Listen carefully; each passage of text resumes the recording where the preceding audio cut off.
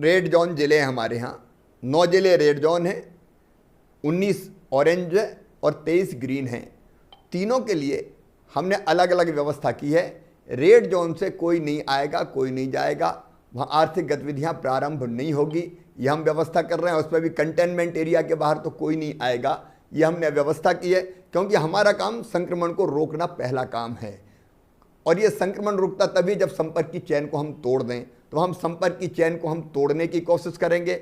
Orange zone में केवल containment area छोड़ के बाकी सब जगह हम दुकान खोलने से लेके, जो दुकानें नहीं खोलना है, सिनेमा घर जैसे, अलग अलग मॉल जैसे, उनको हम प्रतिबंधित करके बाकी एक्टिविटी हम चालू कर देंगे। वहाँ निर्माण के काम भी ग्रामीण क्षेत्रों में तो कोई दिक्कत नहीं है, व्यापक पैमाने पर हम शुरू कर देंगे। अभी भी फसल खरीदी का काम व्यापक पैमाने पर चल रहा है। अब तक हम 32 लाख मीट्रिक टन से ज़्यादा गेहूं किसानों से खरीद चुके हैं, लाखों किसानों से। चना, मसूर और सरसों की खरीदी भी हमने शुरू कर दी है।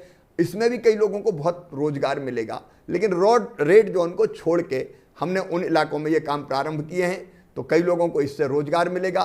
किसान का जो गेहूं खरीदा है, लगभग 2000 करोड़ रुपया उनके खाते में डाल दिया है, उनके पास पैसा आएगा, और वो पैसा आएगा तो किसान भी जाके खर्च करेगा, तो दुकानें भी चलेंगी और अर्थव्यवस्था का एक चक्र शुरू होगा।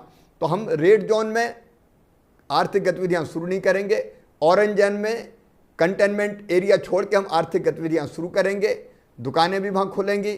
और जो ग्रीन जोन है, वहाँ पूरी तरह से केवल जिले को लॉक करते हुए हम आर्थिक गतिविधियां और सभी प्रकार के काम प्रारंभ कर देंगे। इससे लोगों को रोजगार भी मिलेगा और रेड जोन को बंद करके हम संक्रमण रोकने की भी पूरी कोशिश कर पाएंगे। एक चिंता हमारी और है कि जो मजदूर आ रहे हैं, हालांकि उनकी पूरी स्क्रीनिंग होती है, लेकिन 2-3 जिले ऐसे हैं कि जो बाहर से मजदूरों के आने के कारण जहाँ हमारे पॉजिटिव पेशेंट आना शुरू हो गए, उनका विशेष रूप से ध्यान रखेंगे। हम एक काम और बड़ा कर रहे हैं कि हम रोग के निदान की तो सारी व्यवस्था कर रहे हैं, लेकिन रोग प्रतिरोधक क्षमता, इम्यूनिटी बढ़े, इसके लिए भी हमने अभियान चलाया है। और हमारी एक योजना है जीवन अमृत योजना।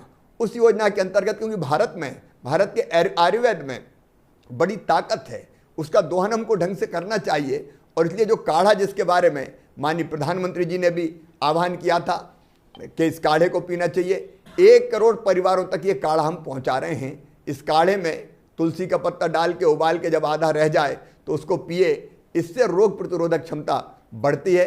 हमने एक योजना और जीवन शक्ति योजना शुरू की रोजगार देने के लिए। शहर की जितनी मेरी बहनें हैं, उनका हमने ऑनलाइन रजिस्ट्रेशन किया है और उनको मास्क बनाने का काम दिया है। और 11 रुपये में सरकार मास्क खरीदेगी और मास्क का व्यापक पैमाने पर वितरण करेगी। तो हजारों बहनों को मास्क बनाने के काम में हमने लगा दिया है। एक तरफ मास्क की कमी पूरी हो जाए, दूसरी तरफ मेरी बहनों को रोजगार घर में काम करते करते मिल जाए। तो ऐसे हर संभव उपाय कर रहे हैं, लेकिन रेड जोन हमारे पूरी तरह से बंद रहेंगे। ऑरेंज और ग्रीन जोन में कई तरह की गतिविधियां हम प्रारंभ करेंगे।